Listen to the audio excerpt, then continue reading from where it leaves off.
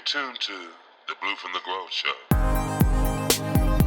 I've had the most terrible dream. It was about this awful Negro. This is the Blue from the Grove Show. Awful Negro. The Blue from the Grove Show. This is the Blue from the Grove Show. You know, this awful Negro. The Blue from the Grove Show. Oh, 88! Blue from the Grove Show. Awful Negro. This is the Blue from the Grove Show. Oh, 88! Blue from the Grove Show. This is the Blue from the Grove Show. I've had the most terrible dream. It was about this awful Negro.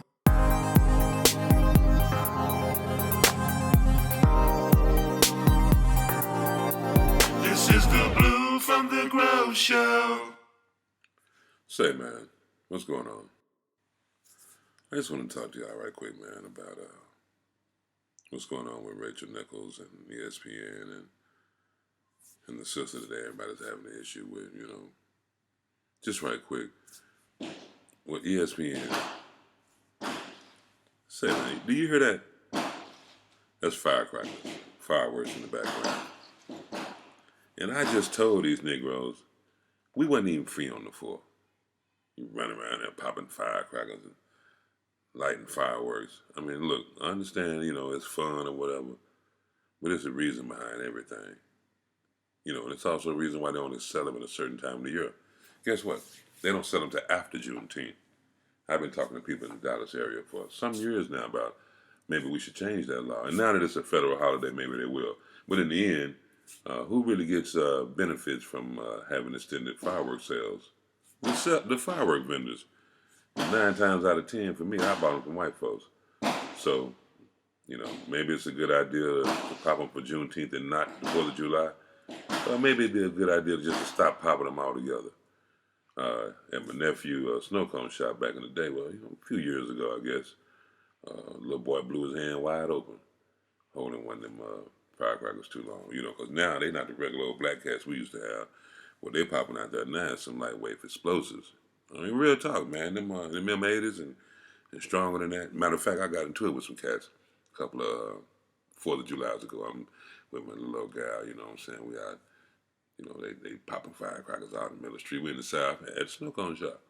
Man, we get ready to pull out, man. One of these cats, you know, of course they didn't say who, nobody volunteered to say it was them. Threw one of them up under my little gal car, man. Messed the whip up, bro. Ended up having to trade it in and get something else, man. Damn thing went off, you know. So I'm out there, as foolish as I am, wanting to fight the crowd, saying who threw it. You know, Cash just laughing, ain't nobody saying nothing. But yeah, man, these brothers out here popping these firecrackers like we was free or something, you know what I'm saying?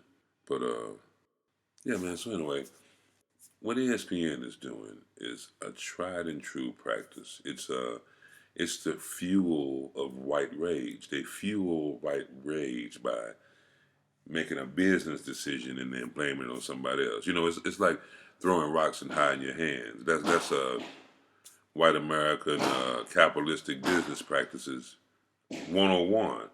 Is throw rocks and hide your hands. So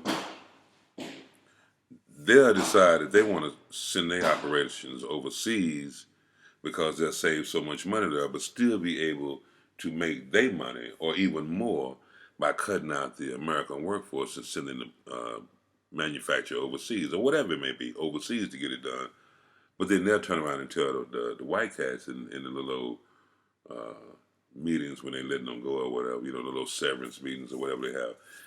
It's because of, you know, affirmative action or some kind of way having to hire black people or they'll say it's illegal aliens coming over here to do that. So that's how they fuel white rage. Say, man, these cats here, man. Do you hear that? Like they really happy.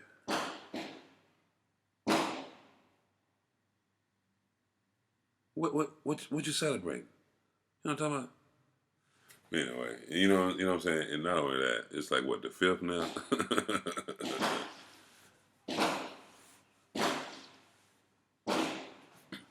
Hold on a minute.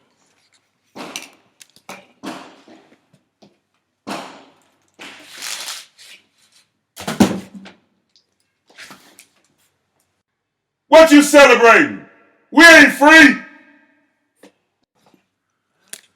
All right, so anyway, it's a tried and true practice of American capitalism. They pit us against each other, and so they end up creating all this other stuff, you know, fostering the type of attitudes that lead to the Ku Klux Klan and other racist organizations, Aryan Brotherhood, and all this. They stoke these fires and gaslight these people into hating us and doing horrendous things when they know it's all their fault.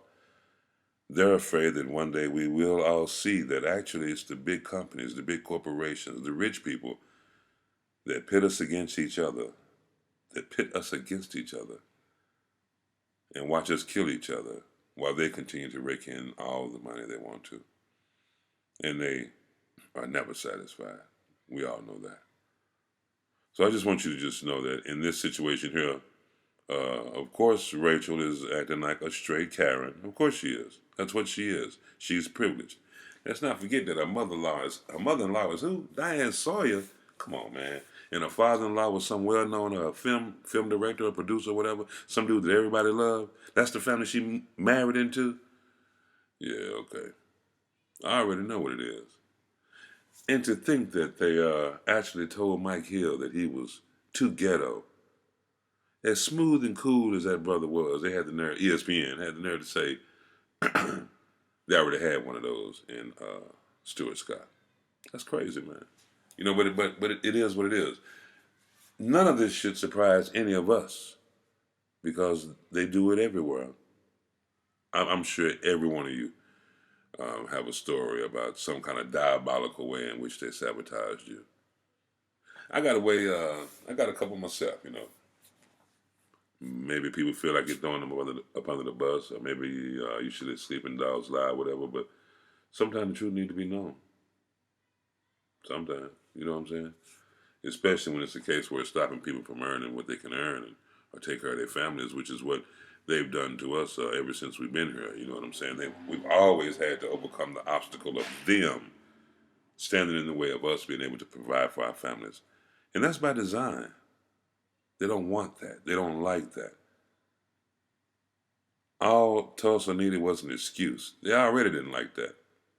They hate to see us do for each other. They hate to see some, and in they I speak of the worst individuals, the ones that actually do actively hate on us and legislate against us. And you know, if you have anything, that's enough for someone to be jealous of that don't want you to have anything. And that's kind of the case here. And truth be told, you know, I'm sure that there was someone that Rachel Nichols replaced that maybe she didn't deserve to replace.